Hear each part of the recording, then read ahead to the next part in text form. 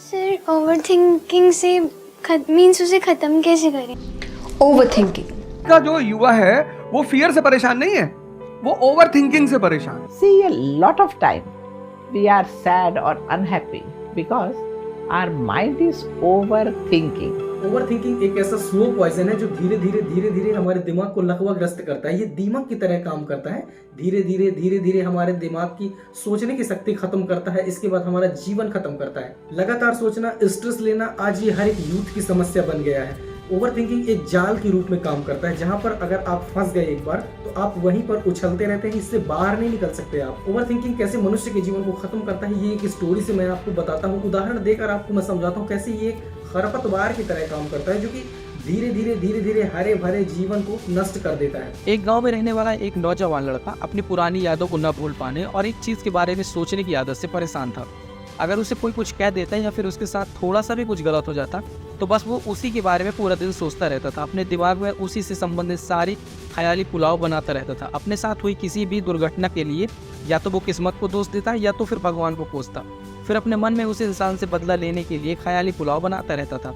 अपनी इस ज़्यादा सोचने की आदत से ना तो लोगों के साथ उसके अच्छे रिश्ते थे, ना अच्छे संबंध थे और ना ही किसी काम को वो अच्छे से कर पाता था।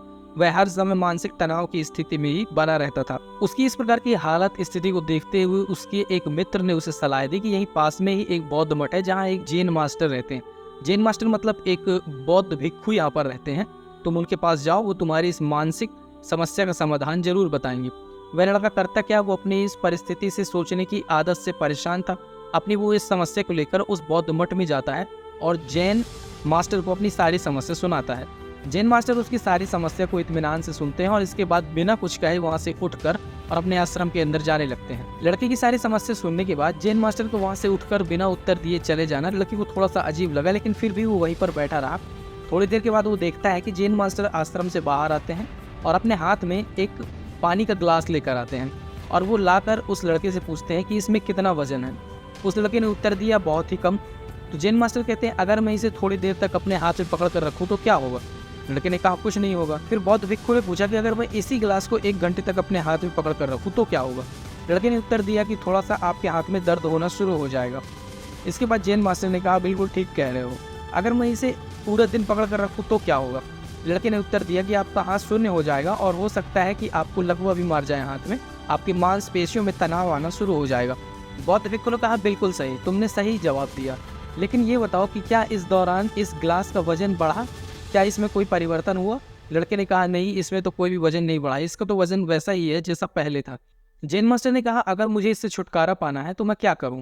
लड़के ने कहा कि इस गिलास को नीचे रख दो तो आपके हाथ का दर्द ठीक हो जाएगा।